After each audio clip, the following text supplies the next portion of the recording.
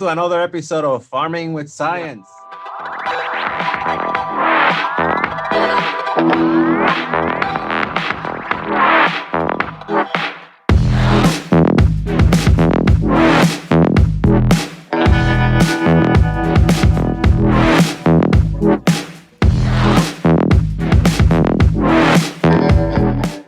Welcome to another episode of Farming with Science. Today we have the pleasure of sharing the screen with Dr. Trent Blare. He's an ag economist, newly added faculty at the Tropical Agriculture Research and Education Center based out of Homestead. Dr. Blare is going to talk to us about what he does on a regular basis. His background is in agriculture economy. And hopefully this is going to be the first out of many videos that we're going to have, educational videos that we can have on the topic. So Dr. Blare or Trent, Yes, can you tell us a little bit about yourself? What's your background? Why are you interested in this field?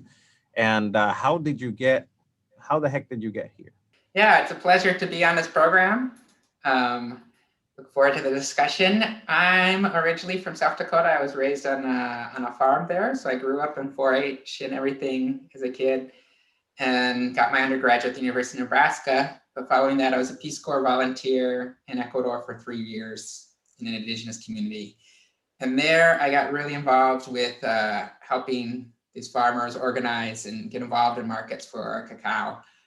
Following that, I finished my master's PhD at the University of Florida and then spent the last 6 years in Latin America. I was in Peru for 4 years in the World Agroforestry Center, working a lot with building local food systems in Cusco and in studying markets for tropical fruit from the Amazon. And the last 2 years in Mexico, working with farmers to develop markets for their native maize.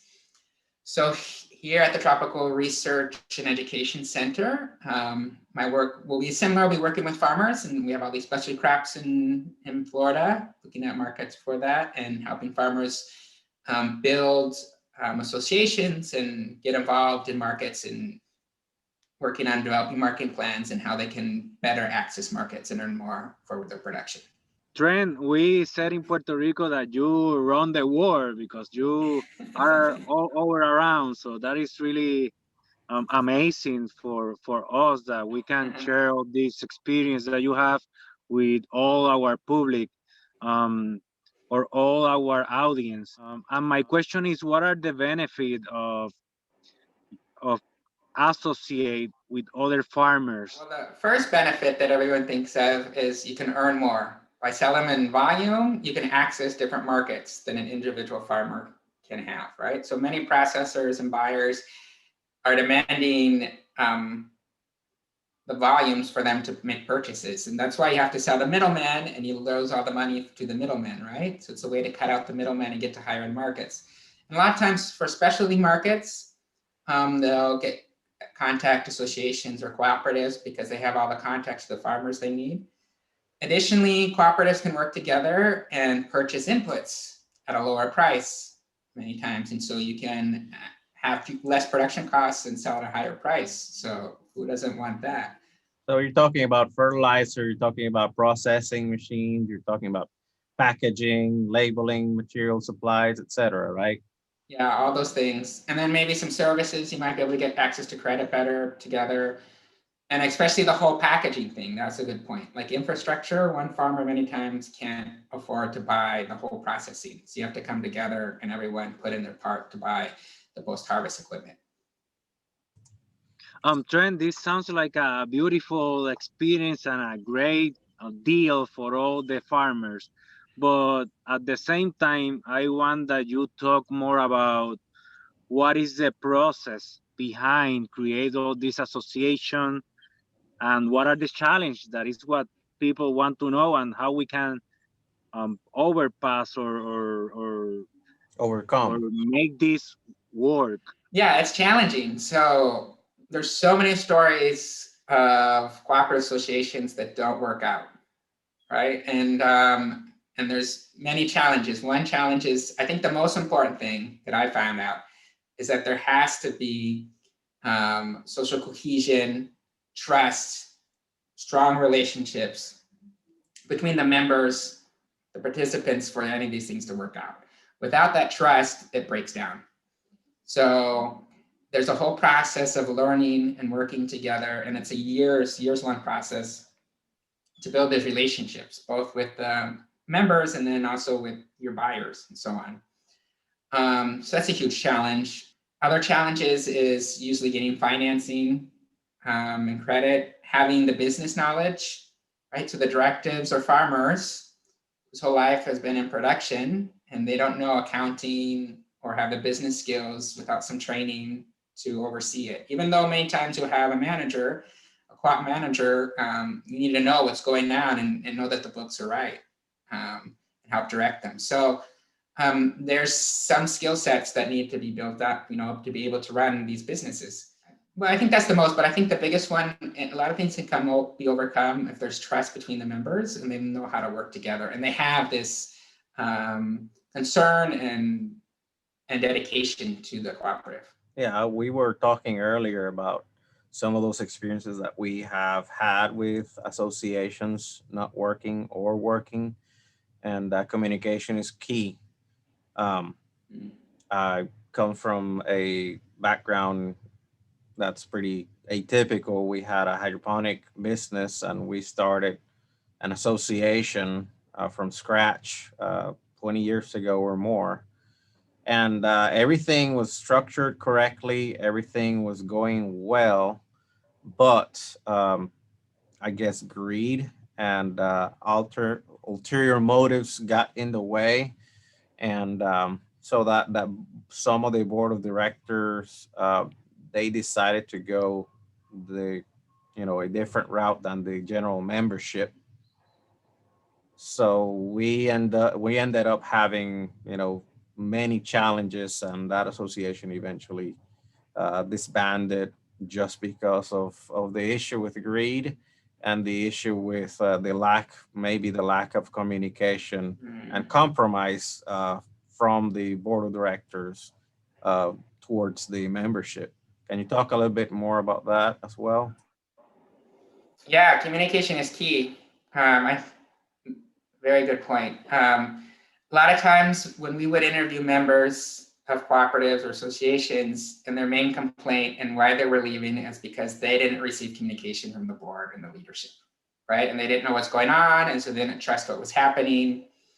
And it goes both ways, right? And they need to be able to communicate to leadership and have your meetings and assemblies to discuss what they're feeling and what needs to be done.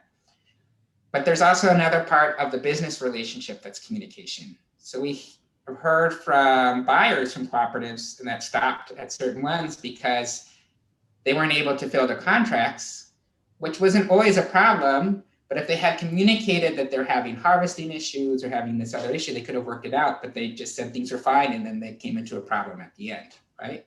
Mm-hmm. So the whole communication along the whole structure is very important to the longevity of these associations. So it sounds like a manager, hiring a competent manager, it's key in some of these associations, because the producer wants to be at the farm level working on his farm business, and then you have to have somebody that is a competent manager and a competent communicator that can have everything in order in terms of relationships with producers, relationships with the potential buyers, and then having the whole package ready for an audit, licensing issues, inspections, etc. Right? No, that's key. I think you explained it very well. Right, but it's challenging finding those good managers that you can trust. I mean, in older cooperatives, they build them up along the way, and they have these trainings and so on, right, that have been well established. But then when you're just starting, finding a manager who has contacts, has these business contacts to sell, right, and can relate well and work with the farmers is not the easiest, and it takes some time, and it's really important to choose a really good manager. So that sounds like a major hurdle. And that comes to mind that we have an extension support team at the university level that can help us deliver some of these leadership trainings to the farm managers or the cooperative managers as well. So that may be something that if you have a new association, you can reach out to your local extension agent and line up one of these university paid public consultants on this subject, like yourself, right? Right. Yeah, that's what we're here for. That's why we're an extension. So my goal is to support these farmers and their associations, as you guys do as well, and try to find new ways to associate and how we can strengthen and learn how we can make these processes better. Thinking about that we need to hire a manager on that on that association, what should be the rules that guide that association? What are the basic rules that we need to make in order that everybody being feel good in the association?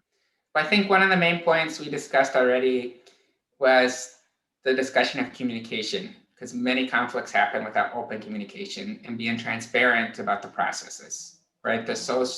All the members know what's happening, and it's very open. The directive is very open about what they're doing, right? Mutual respect is very important. So one of the challenges I think we had in other cooperatives is making sure that they were inclusive of all the community, right? That women and ethnic minorities could participate and so on, the full levels. And so making sure, and youth are involved for the future, so promoting youth to the boards and participating for the long-term sustainability of these projects. But every community is different, right? And every cooperative is different, every association is different. So the idea is that you make rules about what means to be respectful and what things you value in your community, in your group, which doesn't have to be exactly the same as another one. So that's very important from the beginning to have these rules well set out and what it means, how you communicate to one another, what does it mean to respect one another? What does it mean that everyone's involved and has a voice? So let's talk about different structures. We have a association of 5 farmers versus an association of 30 versus an association of one person that has this pie in the sky idea. What alternatives do they have going forward on how to structure these associations that we're talking about? Right. So traditionally, we think in the United States and throughout the world about farmers cooperatives, right?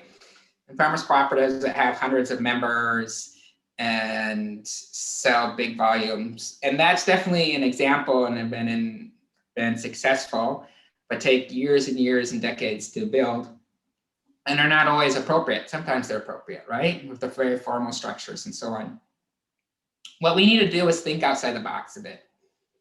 And that's what I'm trying to do and think of alternative ideas and work with farmers. Some things that I've seen, for instance, in Peru is that small chocolate makers would work with a handful of farmers, 10, 15 farmers, and buy directly from them and provide the infrastructure and help train them. And then they would work together, right? So you build this closer relationship with your buyers. Even big agro industries sometimes, like Nestle and others, have developed these smaller farmer groups to buy from that they have trust with. And there can be groups, like, it doesn't matter the size, especially when you're thinking about starting a group, right? Or working with other farmers. Starting small, you can achieve a lot, right? And build the trust needed to go bigger. So like a group of 5 farmers that can work together and maybe just once a year come together to sell their products together could be a success. And that could be the first step you take in building better structures and looking how you can enter different markets or sell additional crops or livestock. So they can be very informal to more formal structures. Obviously, if you're a much more formal structure and larger, you have access to more markets and have more power. But that takes a lot of time and trust. And then the farm, everyone be committed. The less informal you are, more difficult entering larger markets, but there's not as much commitment, right? And you can still get some advantages to those more informal groups. UF has a lot of information that we can share with those that want to be cooperatives, but the important things about cooperatives and a lot of challenges are meeting all the regulations, right? So like tax regulations and formal authority for business permits and so on that you'd have at the state and federal levels. The other thing is to have a directive democracy in these types of structures is very important, so that everyone has a voice, right? So you have a directive that's fairly elected, transparent communication that we've discussed before, right? How to choose a manager that's knowledgeable, business relations, how to establish business relations, how to keep them, and how to, how well to treat your customer is very important. Can't go anywhere without that. I mean, if you treat one customer bad, they talk to everyone else and in big trouble. You lose your entire market. Yeah, I've seen that with the cooperative in Peru. So but the importance is that we have at Florida here at the university and IFAS information to help explain what some of these processes are. Yeah, so we talked a little bit about the makeup of our communities, and we have a lot of different farmers or beginning farmers that usually fail just because of the lack of education or their lack of commitment, or they thought they wanted to retire, buy a piece of land and be a farmer, but it's a lot of work. So education is key. We talked about earlier, we talked about, that beginning farmer that has a lot of desire, maybe a lot of knowledge, but not a whole lot of liquidity, a lot of cash in hand. We also have the retired folks that want to have a homestead and they start producing vegetables or cattle in 5 or 6 acres, and they don't have the economics on or the right knowledge base to make those economical decisions going forward, and they tend to peter out in time. Or we also have, and this is all people that I've dealt with, we also have those people that are coming in from other countries that have a little bit of money or they work hard, and they don't understand the market or how to reach that market to make them, long-term profitable, I guess. So for all of those people out there that are thinking about what's the next step for my small farm or business, we encourage you to stay tuned. Dr. Blair's going to be with us for more educational videos like this one, so we can dive in depth and hopefully at least establish those contacts that you need and those educational gaps that you have, and then you can move forward with the help of some of these videos that we're creating. So stay tuned. Thank you, Francisco. Thank you, Dr. Blair, for your time. And hopefully we're going to see you later on another video of Farming with Science.